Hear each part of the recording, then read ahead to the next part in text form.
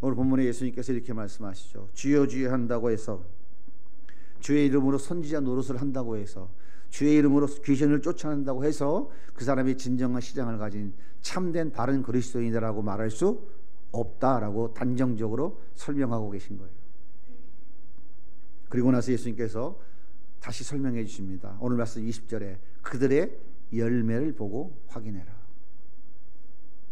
그들의 열매로 그들을 알리라. 그 사람이 맺고 있는 열매를 보고 그 사람이 정말 바른 신앙을 가진 사람인지 신실한 그리스도인인지를 판단할 수 있다라고 하는 거예요. 예수님께서 너무 중요한 말씀을 오늘 본문에 우리에게 가르쳐주고 있어요. 그렇다면 예수님이 말씀하시는 열매는 어떤 것일까요? 자, 21절 같이 한번 읽어보겠습니다. 시작. 나더러 주여 주여 하는 자마다 다 천국에 들어갈 것이 아니요 다만 하늘에 계신 네 아버지 뜻대로 행하는 자라야 들어가리라. 입으로 주여 주여라고 시인하고 고백하는 자가 천국에 들어가는 것이 아니고, 그런 그 시인과 고백이 하나님의 뜻을 내 삶 속에 나타내는 것으로 드러나야 그 사람은 진정한 천국에 들어갈 자격을 부여받은, 즉 구원받은 자다라고 예수님이 말씀하고 있는 거죠. 그러니까 정리하면 무슨 얘기입니까? 하나님 아버지 뜻대로 행하는 자들의 삶 속에서 나타나는 것, 그것이 곧 열매라고 하는 거예요. 그 열매는 구체적으로 어떻게 나타나는 것일까요? 마태복음 16장에 보면 예수님께서 제자들에게 물으십니다. 얘들아, 사람들이 나를 누구라고 그러냐? 어떤 사람은 엘리야라고 그래요. 어떤 사람은 세례요한이라고 그러고, 어떤 사람은 선지자 중에 한 사람이라고 그렇게 대답하던데요. 그래서 예수님께서 그럼 너희는 나를 누구라고 하느냐? 그렇게 반문하셨어요. 이때 베드로가 이렇게 외칩니다. 주는 그리스도시요 살아계신 하나님의 아들입니다. 예수님께서 바요나 시몬아, 내가 참 복이 있도다. 이것을 알게 한 것은 네가 아니고 네 혈육이 아니고 하나님 아버지다. 하나님 아버지가 그것을 너에게 깨닫게 하고 믿게 해주신 것이다. 그러면서 예수님이 이렇게 말씀하시죠. 내가 이 반석의 교회를 소리니 음부의 권세가 이기지 못하리라. 내가 너에게 천국 열쇠를 주겠다. 이 반석의 교회를 세운다는 것은 너의 신앙 고백 위에 교회를 세우겠다. 다시 무슨 얘기냐면, 그렇게 신앙을 고백한, 주는 그리스도시요 살아계신 하나님의 아들이라고 고백하는 그 자가 바로 교회다. 그에게 천국 열쇠를 주겠다라고 말씀하신 거예요. 3년 가까이 예수님을 따랐지만 한 번도 예수님에게 이런 칭찬을 받아보지 못했어요. 제자들 흥분을 감추지 못했습니다. 너무 기뻤어요. 야, 우리는 정말 대단한 사람들이구나. 우리 주님이 인정해 주는 사람이구나. 그 옆에 누구도 있었어요? 베드로만 있었어요? 야고보와 안드레, 요한도 있었어요.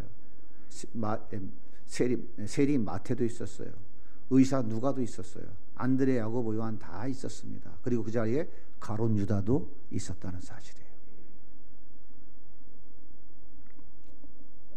이때 예수님께서 도저히 이해할 수 없는 말씀을 하십니다. 그렇게 칭찬하신 예수님께서 이렇게 말씀하세요. 마태복음 16장 21절 같이 읽겠습니다. 이때로부터 예수 그리스도, 우리 같이 읽을게요. 없나요? 이때로부터 예수 그리스도께서 자기가 예루살렘에 올라가 장로들과 대제사장들과 서기관들에게 많은 고난을 받고 죽임을 당하고 제3일에 살아날 것을 제자들에게 비로소 나타나신. 얘들아, 나 있잖아, 죽을 거야. 고난 당해서. 그리고 죽고 나면 3일 있다가 다시 살아나게 될 거야. 이렇게 말씀하시는 거예요. 제자들이 황당해서, 아니 예수님 죽으신다고요? 무슨 소리 하는 거예요? 아니 왜 죽어요? 성질 급한 베드로가 예수님 말씀에 이렇게 반문합니다. 마태복음 16장 22절입니다.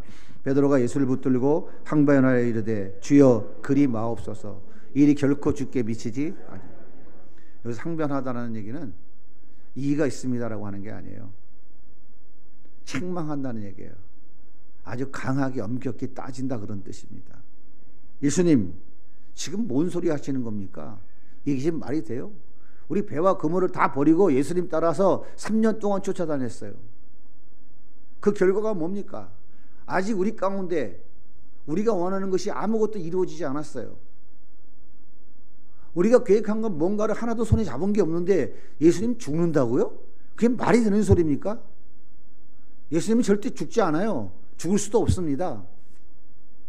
이상한 해괴망측한 소리 하지 마세요라고 지금 강력하게 따지고 있는 거예요. 방금 뭐라고 그랬어요? 베드로가 주는 예수님한테 주라고 그랬어요. 당시에 로마가 지배하고 있는 로마의 그 제국 안에서 주, 로드, 주인이라고 고백하는 사람은 로마 황제 가이사밖에 없어요. 로마 황제 이외에 다른 사람에게 주라고 고백하면 황제 모독대로 죽어야 되는 세상이에요.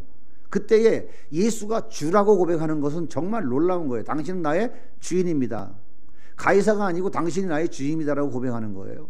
주는 그리스도시요 살아계신 하나님의 아들입니다. 그리스도라는 말은 보내심을 받은 자라는 뜻이고 하나님의 아들이라는 것은 구약 성경에 예수하는 메시아라는 얘기예요. 당신은 하나님의 아들이고 하나님 보내신 하나님의 아들입니다. 당신은 나의 주인입니다라고 고백한 거예요. 그렇게 멋지게 고백해 놓고 베드로가 당신이 죽어? 왜 죽어? 죽으면 안 돼. 내가 당신을 3년 동안 따라다니면서 배와 금을 다 버리고 가족들 다 버리고 희생하고 고생한 게 얼만데 내가 얻은 게 아무것도 없는데 죽어? 말도 안 되는 소리 하지 마 라고 얘기하는 것, 누가 주인입니까? 베드로가 주인이에요? 예수님이 주인이에요? 입으로는 예수님을 주인이라고 이들이 고백은 했지만 실제로는 여전히 베드로 자신이 주인인 거예요.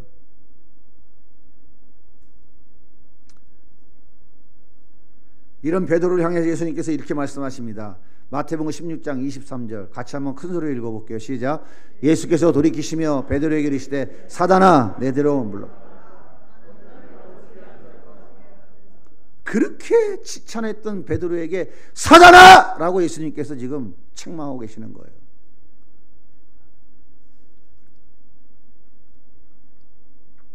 그러면서 예수님께서 이렇게 말해요. 마태복음 16장 24절입니다. 같이 읽어볼게요. 누구든지 나를 따라오려거든 자기를 부인하고 자기 십자가를 지고 나를 따를 것이니라. 무슨 말입니까? 내가 모든 것 버려두고 나를 따라왔다고? 너는 네 욕심 때문에 따라온 거지. 나를 진정 따라온 것이 아니잖아. 따라온 척한 거지. 왜? 나를 통해서 뭔가 너를 얻고 싶은 것이 있어서. 네가 진짜 배와 그물을 버려두고 나를 따라온 거야? 그렇다면 이렇게 해야 돼. 자기를 부인하고 자기 십자가 가지고 나를 따라와라. 예수님 말씀하셨어요. 아버지의 뜻은 자기를 부인하고 자기 십자가를 지고 주님 가신 그 길을 따라가는 것입니다. 자기를 부인하고 자기 십자가를 지고 주님 가신 길을 따라가는 그 과정 속에서 맺혀지는 것이 바로 열매라고 하는 거예요. 더 쉽게 표현하자면 내가 40일을 금식했더니 아들이 서울대학교 들어갔어. 하나님이 좋은 열매를 맺게 해주셨습니다. 그거 열매가 아니에요. 착각하지 마세요. 그거 열매 아니에요. 주님이 맺기 원하시는 열매는 그런 거 아니에요. 그러면 공부 못하는, 머리가 나빠 공부 못하는 애들은, 서울 상대 간 애들은 열매를 못 맺은 건가요? 그거 아니에요. 자기를 부인하고 자기 십자가를 지고 주님 가신 그 길을 따라가는 과정 속에서 맺혀지는 것들, 우리 삶 속에서 맺혀지는 것들, 그것을 열매라고 하는 거예요.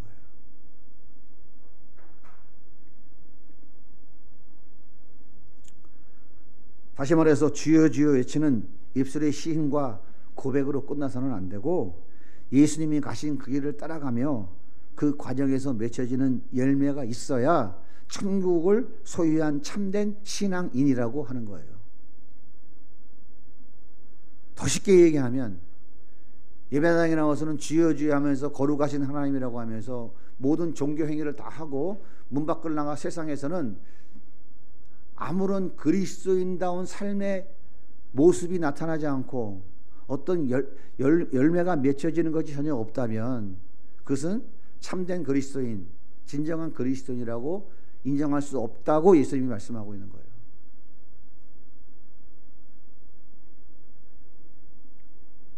그렇다면 예수님이 아버지 뜻을 이루기 위해 가신 길이 어떤 길인가요? 그게 바로 십자가의 길이에요. 우리를 대신해서 하나님의 그 무서운 진노와 심판을 받으러 가시는 그 길, 그게 예수님이 가신 길이에요. 우리의 죄를 대속하기 위해서 하나님께 저주받아 처참하게 찢겨 죽으러 가는 길, 이것이 예수님께서 하나님의 뜻을 행하기 위해서 걸어가셨던 길이라고요.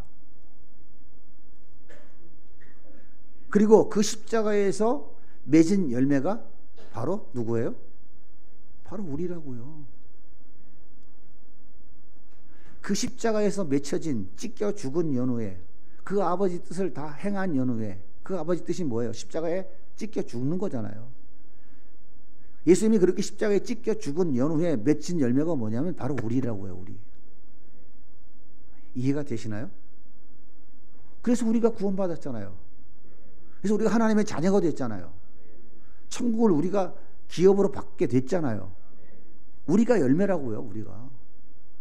예수님이 이 땅에 오셔서 하나님의 뜻을 행하여 십자가에 찢겨 죽으신 그리고 맺은 열매는 우리 영혼 살리는 거라니까요.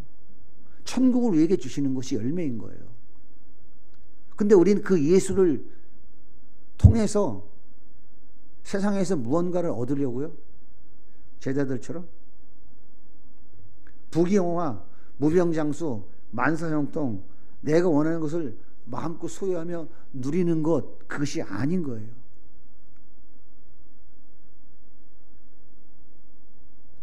내 대신 하나님의 진노와 그 심판, 그 저주를 받기 위해 십자가를 향해서 걸어가신 예수님의 그 길을 따라가는 것, 그것이 바로 구원받은 성도들, 우리들이 가야 할 길인 거예요.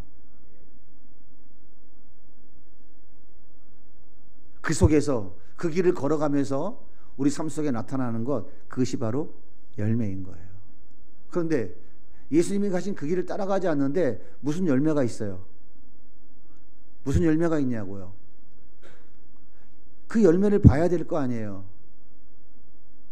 예수님 말씀하시는 열매는 세상에서 내가 뭔가를 열심히 노력을 했는데 부족해서 예수님의 도움을 받아서 그걸 이루어서 큰 뭔가를 이루었다, 그것을 말씀하고 있는 게 아닌 거예요.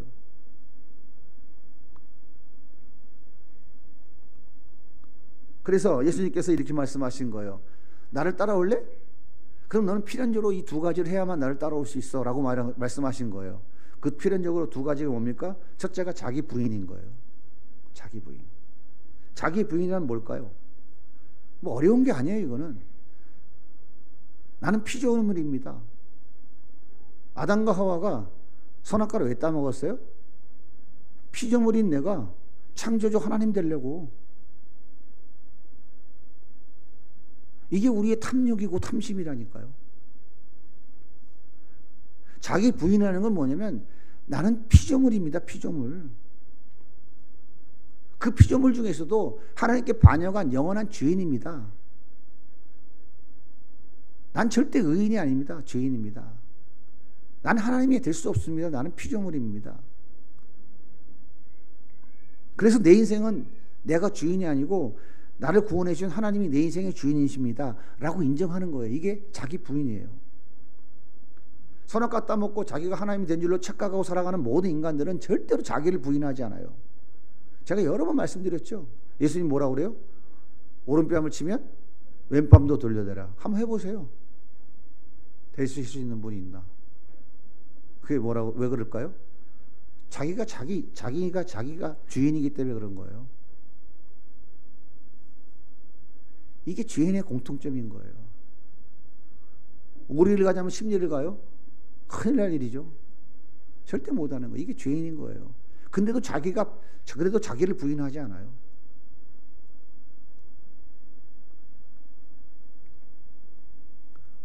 예수님 없이는 한순간도 존재할 수 없는 죄인임을 인정하고 내 삶의 전 영역을 나의 주인이라고 고백하는 예수님께 전적으로 맡기는 것, 전적으로 위탁하는 것, 그것이 바로 자기 부인이에요. 둘째, 자기 십자가를 진다. 자기 십자가를 진다는 건 뭘까요? 예수님이 지신 십자가는 예수님이 원해서 지신 것이 아니에요.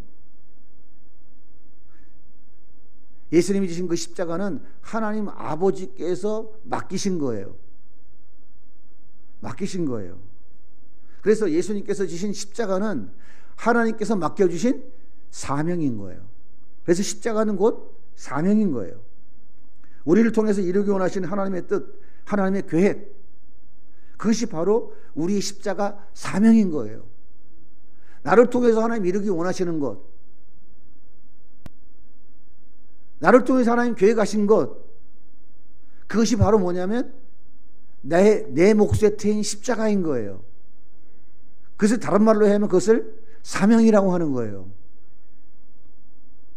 그래서 이 사명의 십자가를 지고 가려면 첫째, 선언되어지는 조건이 뭐냐면 자기를 부인하는 거예요. 나는 피조물입니다. 나는 절대 창조주가 아닙니다. 나는 예수님 없이는 존재 가치가 전혀 없는 죄인입니다. 내 인생의 주인은 내가 아니라 나를 구원해 준 하나님이십니다. 이렇게 자기를 부인한 자들은 이렇게 고백해요. 하나님, 나는 아무것도 할 수 없는 존재입니다.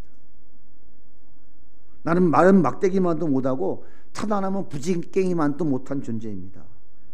내가 무슨 능력으로 주님이 주신 사명의 십자가를 지고 가겠습니까?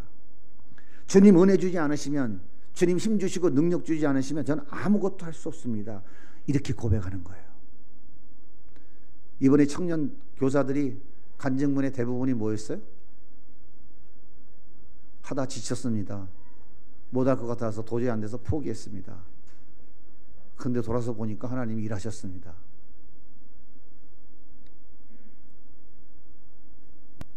재밌죠? 다 자기가 할 수 있다고 그래. 내가 자기 젊으니까 20대니까 3박 4일 까지 밤새는 거 얼마든지 가능해. 내가 금식하면서 얼마든지 할 수 있어. 해보니까 어떻던가요? 그래서 뭐라고 다 간증문에 썼어요. 어떤 한 청년은 앞에서 서서 간증하면 울 것 같으니까 여기 앉아갖고 이쪽 바라보고 마이크 붙잡고 뒤통수 바라보고 이거 보라고 그러면서 이야기하는 청년도 있더만. 뭐예요? 내 힘으로 할 수 있는 줄 알았어. 내가 3박 4일 죽도록 내가 애들 위해 기도하고 막 열심히 기도하고 준비하고 하면은 내가 다 할 수 있을 줄 알았어. 내 체력 얼마든지 가능해.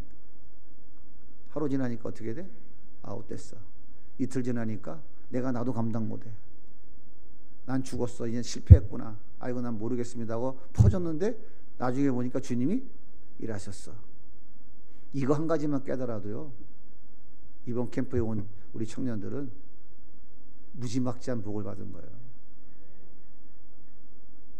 100번 설교, 1000번 설교 듣는 것보다 와서 한번 경험한 게 더 큰 복을 받은 거예요. 자기 부인이 안 되기 때문에 그런 결과가 나오는 거예요. 제가 말씀드렸잖아요. 인간은 절대 자기 부인하지 않는다고. 1%의 가능성만 있어도 어떡한다고요? 덤빈다니까요. 그래서 어디까지 간다고? 누가복음 15장의 둘째 아들처럼 돼지 우리간에 처박힐 때까지 간다니까요. 그러니까 어떤 사람이 지혜로운 사람이에요? 자기를 부인할 줄 아는 사람이 가장 복된 사람이에요. 자기를 부인할 때 십자가 지고 갈 수 있어요. 그 십자가를 지고 갈 때 그 힘과 능력은 하나님이 공급해 주시는 거예요. 그에게 주신 은사와 달란트를 하나님이 사용하시는 거예요.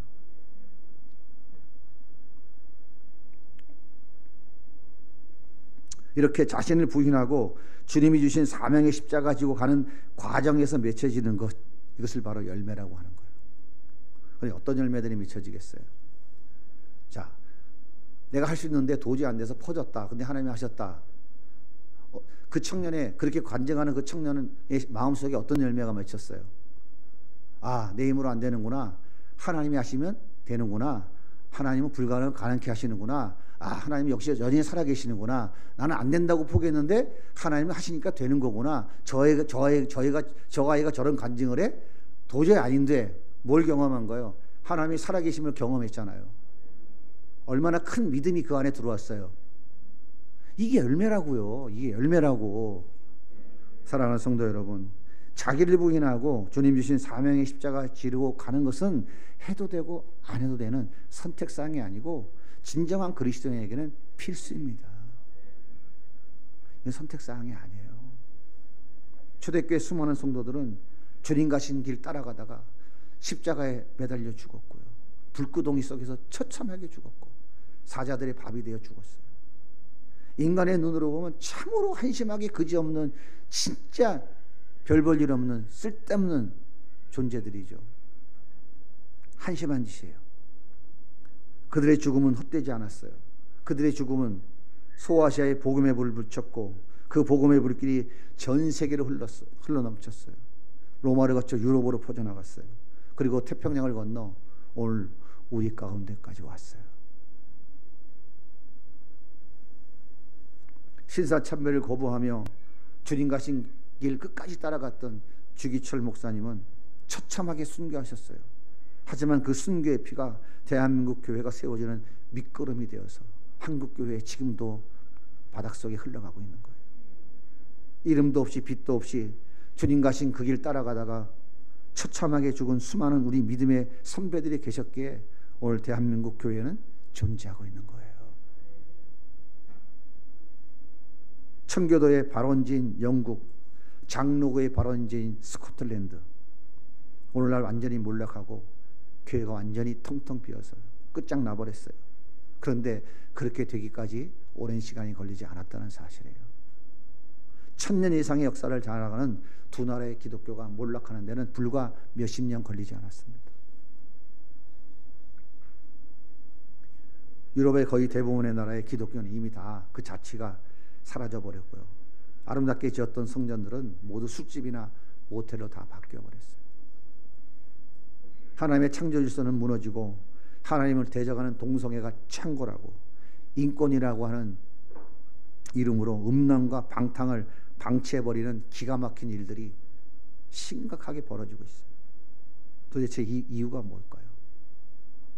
도대체 그 이유가 뭘까요? 여러 가지 이유가 있겠지만 그 중에 가장 중요한 것은 다음 세대를 세우지 못했기 때문에 그래요. 왜 여호수아가 80년 동안 가나안 땅 정복하고 하나님이 없는 사사시대를 맞았을까요? 성경이 우리에게 가르쳐 주잖아요. 여호수아와 그의 장로들이 죽은 뒤에 다른 세대가 출현했다. 뭘 얘기하는 거예요? 우리의 후손들, 우리의 자녀들, 다음 세대를 바르게 신앙으로 세우고 훈련하지 못했기 때문인 거예요. 주님 우리에게 말씀하시는 십자가가 뭐예요? 아버지 뜻을 이루라고 하시는 그 십자가, 그 사명이 뭐예요? 다음 세대를 위해서 헌신하라는 거 아닌가요? 다음 세대를 살리기 위해서 몸부림치는 것이 우리가 지고 가야 할 사명의 십자가이고요. 주님께서 우리에게 주신 것이 곧 사명입니다. 눈에 보이는 것이 별로 없어요. 수지타전도 맞지 않습니다. 허무맹랑한 짓이고요. 황당무계한 짓으로 보입니다. 하지만 이 길을 가는 것이 주님 가신 그 길을 따라가는 거예요. 제가 이제 나이가 한 수절 더 먹다 보니까 코로나 전에는 캠프하고 일주일만 누워 있으면 회복이 됐는데 이제는 캠프하고 일주일 지났는데 회복이 안 되더라고. 아, 몸은 점점 쇠약해져 가고 있구나. 주님께서 간증문을 읽을 때 참 위로해 주시더라고요. 제가 설교를 준비해 놓고 간증문을 보면서 참 주님이 내 마음을 아시는구나. 아, 주님의 마음이 내 마음이 이런 거야라고 나에게 또 가르쳐 주시는구나. 이런 글을 제가 발견하게 됐어요. 제가 그래서 여러분 주보에 올려드렸습니다. 오늘 아침에도 제가 카톡으로 보내드렸죠. 자, 주보를 한번 펼쳐보세요. 저는 어떤 분인지 모르겠지만 순회를 마치면서 간증문을 쓰는 이 간증문에 어떤 분이 글을 써서 냈는데 이름은 없어요. 자, 이걸 보면서 이건 정말 하나님이 우리에게 가르쳐 주시는 내용이다. 아, 이거 하나님의 마음인데 너무 기가 막히다. 이건 하나님이 하지 않으시면 인간의 머리로 나오는 게 아니다. 구절구절 대목마다 모든 것이 다 담겨 있구나 하는 것을 제가 깨달았어요. 시대는 강팍해지고 세상은 더 세련되어진다. 어쩌면 낡았을지 모른다. 그러나 어떤 것들은 원형 그대로 아주 오래되었을 때 빛을 발한다. 내년에도 더 행복하게. 이분이 더 행복해 표를 마치면서 삼행시가 아니고 자그마치 10행시를 썼어요. 감을 못 잡으셨어요 아직? 자, 이제 오늘 한번 띄워보세요. 하나 다 같이 더부터 시작해서 시작. 더 강력해지고 어려워지고 냉혹해진다. 세상은 행복이 아닌 행운과 요행, 운을 바란다. 복음은 아무도 관심이 없다. 본질은 잊히고 세상과 교회는 어려워진다. 캠프 며칠로 세상을 사람을 다 바꿀 수는 없다. 프로그램들은 이제 식상하다는 자들도 있다. 늘상 그렇다. 주님도 그런 길과 삶을 가셨다. 되니까 바뀌니까 하는 것이 아니라 해야 하니까 할 수밖에 없으니까 한다. 마지막까지 할 수 있는 것들을 할 수 있음에 감사. 치료될 단 하나의 영혼과 그 영혼이 바꿀 또 하나의 영혼. 면들이 모이고 쌓여 공간을 만드는 것처럼 종이도 쌓이면 산이 될 수 있고 모래가 쌓여 지구를 만들듯 서서히 쌓이는 이 수고와 역사들이 계속 쌓여서 더 오랜 뒤에는 다음 세대에게 랜드마크 이정표가 되기를. 나를 위해 울지 말고 너희와 너희 자녀들을 위해 울라는 말씀을 떠올리며 어떻습니까? 저는 어떤 분이 이 글을 썼는지 모르겠는데 내용을 볼 때는 교사는 아니고 목회자가 아닐까 하는 생각이 들고 또 나름대로의 좀 이 운치가 좀 있는 분이 아닌가 하는 생각이 좀 들었어요. 짧은 글 속에 엄청나게 많은 의미들을 함축을 신겼어요. 이 시대의 흐름들도 또 이 시대의 성도들의 모습들도 교회의 모습들도 다 담겨 있어요. 복음은 아무도 관심이 없다. 이 복음이라는 의미를 정확하게 이해하고 표현하는 사람들은 많지 않아요. 근데 복음은 아무도 관심이 없다라고 말하는 거 보니까 이분은 목회자가 아닐까, 뭐 아닐 수도 있어요. 제가 그렇게 한번 생각을 해봤어요. 본질은 잊히고 세상과 교회는 어려워진다. 캠프 며칠로 사람이 바뀔 수 없죠. 그러면 되지도 않을 걸 뭐하러 해? 그죠? 주님도 그런 길과 삶을 가셨다. 그렇죠? 주님이 공생의 3년 동안 그렇게 외쳤지만 주님을 따르는 자들은 소수였어요. 주님이 그렇게 하나님의 나라를 외치고 그렇게 하나님에 대해서 이야기를 했어도 십자가에 대해서 이야기를 했어도 사람들은 다 외면했어요. 하지만 주님은 그들이 변할 것을 기대하고 가신 것이 아니라 아버지께 받은 사명이니까 그것과 상관없이 하신 거예요. 되니까 바뀌는 것이 아니라 해야 하니까 할 수밖에 없으니까 예수님도 하신 거거든요. 그러니까 주님도 그런 길을 가셨다고 하잖아요. 그러니까 우리가 하는 짓을 보니까 그렇게밖에는 이해할 수 없다는 거예요. 어떤 분이 굉장히 지금 깊이 있는 지금 표현을 한 거예요. 저 인간이 하는 짓은 저거 할 수 없어서 주님 가신 길을 따라가는 거구나. 저게 말이 되는 짓이야? 말도 안 되는 짓거리를 하는데 주님도 그 길을 가셨는데 이분들이 그 길을 가는구나. 그 얘기하고 있는 거예요 지금. 제가 해석을 너무 잘했나요? 맞죠? 대한민국에 3박 4일 청소년 캠프 공짜로 하는데 없다니까요 여러분. 3박 4일 수련하는 게 거의 없어요. 2시간씩 3시간씩 4시간씩 쪼그리고 앉아갖고 집회하는 캠프가 어딨냐고요. 마지막까지 할 수 있는 것을 할 수 있음에 감사. 치료될 단 하나의 영혼. 이분이 굉장히 영성이 있는 분이에요. 이 중에 다 한 명의 영혼만 구원받고 치료될 수 있다면 그 얘기를 하는 거예요. 제가 늘 말씀드리죠. 한 영혼, 한 아이만 주님께 제대로 돌아온다면 3천만 원 아깝지 않다. 우리의 수고는 헛되지 않다. 이분이 지금 그 얘기하고 있는 거예요. 치료될 단 하나의 영혼. 마지막에 뭐라고 그래요? 서서히 쌓이는 이 수고와 역사들이 계속 쌓여서 이분들은 우리에게 기대감을 가는 거예요. 당신들 계속 했으면 좋겠다. 서서히 쌓여갈 거다. 그래서 뭐가 된다? 다음 세대의 랜드마크 이정표가 되기를. 대한민국 다음 세대를 이끌어가는 훌륭한 우리 기독교의 지도자가 나타나서 내가 30년 전에 포천 한국중앙기도원 더행복 캠프에 참여해서 예수님이 인격적으로 만나고 그때 내 삶을 헌신해서 목사가 되어서 오늘날 이렇게 한국교회를 이끌어가는 위치에 섰습니다라고 고백하는 그 랜드마크가 되기를, 이정표가 되기를 소원한다는 얘기니까 엄청나게 축복하고 있는 메시지인 거예요. 전 이게 하나님의 음성으로 들렸어요. 오늘 설교를 준비했는데 나중에 이걸 보면서 하나님께서 우리 성도들을 위로하고 계시는구나. 고생했다고 격려해 주시는구나. 제가 농담으로 한 얘기가 아니고 제가 첫날 저녁 집회를 마치고 제가 마음속에 그렇게 기도했다니까요. 우리 집사람 옆에 있었지만 하나님 이대로 데려가시면 좋겠습니다. 이대로 그냥 데리고 갔으면 좋겠어요. 이대로. 그런데 하나님이 눈을 또 뜨게 하셔서 또 여기까지 왔는데, 이분의 글을 읽으면서 너는 아직 좀 눈 감을 때가 안 됐다 그러시는 것 같아서 조금 더 살아라 그러시는 것 같아서 한편은 위로도 되고, 한편은 또 아이고 주님 가라 하는 길이라면 또 가야 안 되겠나 하는 그런 마음으로 다시 한번 또 다짐하게 됐습니다. 근데 더 놀라운 사실은요, 이분이 마지막에 나를 위해 울지 말고 너희와 너희 자녀들 울라고 하신 이 말씀은 제가 오래전에 이스라엘 갔을 때 하나님 저에게 주신 말씀이었어요. 제가 이 교회를 개척할 때 하나님 내가 교회를 개척해야 됩니까? 할 때 하나님께서 이 말씀을 떠올려 주셨어요. 이스라엘 감난산에 가면 예루살렘을 볼 수 있는 그런 겟셋마네 동산 앞에 예루살렘 성이 한눈에 다 보이는 그런 바위가 있어요. 예수님께서 여기서 예루살렘 성을 바라보며 눈물 흘리고 우셨다고 하는 글귀가 써 있는 곳이에요. 제가 가서 바위에 딱 앉아봤어요. 그랬더니 나무로 카메라 앵글을 딱 잡아놨더라고요. 이렇게 사각형을 딱. 제가 딱 앉아서 보니까 정말 예루살렘 성이 그 앵글 안에 다 들어오더라고요. 아, 예수님이 여기서 예루살렘아, 예루살렘아, 곧 멸망할 예루살렘을 바라보며 눈물을 흘리셨던 그 말씀이 떠오르더라고요.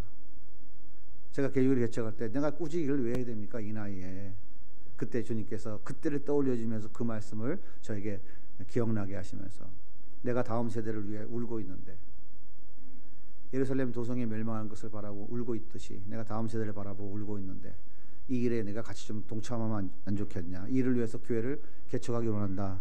제가 그 마음을 주셔서 시작을 했던 거였는데, 이 어떤 분인지 몰라도 저하고 똑같은 이 말씀을, 성령의 음성을 들은 거예요. 그래서 나를 위해 울지 말고 너희와 너희 자녀들을 위해 울라는 말씀을 떠올리며 이 글을 썼다잖아요. 우리가 가는 길은 평탄한 길은 아닙니다. 순교의 각오로, 선교사의 심정으로 앞서가시는 주님을 따라가야 됩니다. 이 길은 좁은 길이에요. 외롭고 힘든 길입니다. 하지만 이 길 끝에는 영혼이 살아 펄펄 뛰는 열매가 기다리고 있습니다. 그리고 가장 아름다운 열매, 주님이 예배하신 천국이 우리를 기다리고 있어요. 우리 주님께서 아름다운 두 팔을 벌리고 기다리고 계실 것입니다. 이제 다시 허리끈을 졸라매고 우리 신발끈을 동요에 매야 돼요. 그리고 다시 일어나서 주님이 보게 하시는 길을 또 따라가야 할 것입니다. 우리 주님께서 사랑하는 아들아, 사랑하는 딸들아, 참 고생 많았다. 사명의 십자가 가지고 내가 남겨놓은 그 길을 달려가느라 고생 많이 했다. 그렇게 칭찬해 주실 것입니다.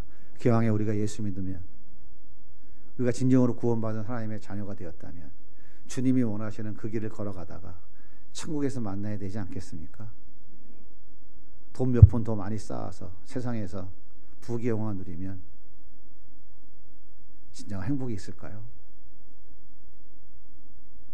돈 벌지 말라는 게 아닙니다. 자기를 부인하고 자기 사명의 십자가를 지고 가는 과정 속에서 하나님이 각자에 맡기신 달란트대로 어떤 사람에겐 물질도 맡기시고, 어떤 사람이 건강도 맡기시고, 어떤 사람은 재능도 맡기시고, 각가지 것들을 은사로 달란트로 맡기시는 거예요. 그것을 통해서 주님을 따라가며 주님이 원하시는 뜻을 이루는 열매를 맺게 하는 삶을 원하시는 거예요. 그 나머지는 부스러기입니다. 이것이 본질인 거예요. 그래서 주님이 그 일을 위해 우리를 살리신 것이고, 그래서 십자가에 죽으신 거예요. 우리 세비전 야임교회 성도님들은 바른 복음, 바른 예수를 알고 바른 신앙생활을 하다가 나는 너를 모른다고 하는 주님의 예면 앞에 절망하는 성도가 하나도 없었으면 좋겠어요. 그 길 따라가다가 기쁨으로 주님 앞에 우리가 다 같이 설 수 있기를 정말 예수님의 이름으로 소원합니다. 고생하시고 애쓰고 수고한 모든 것들은 결코 헛되지 않습니다. 하나님은 결코 외면하지 않아요.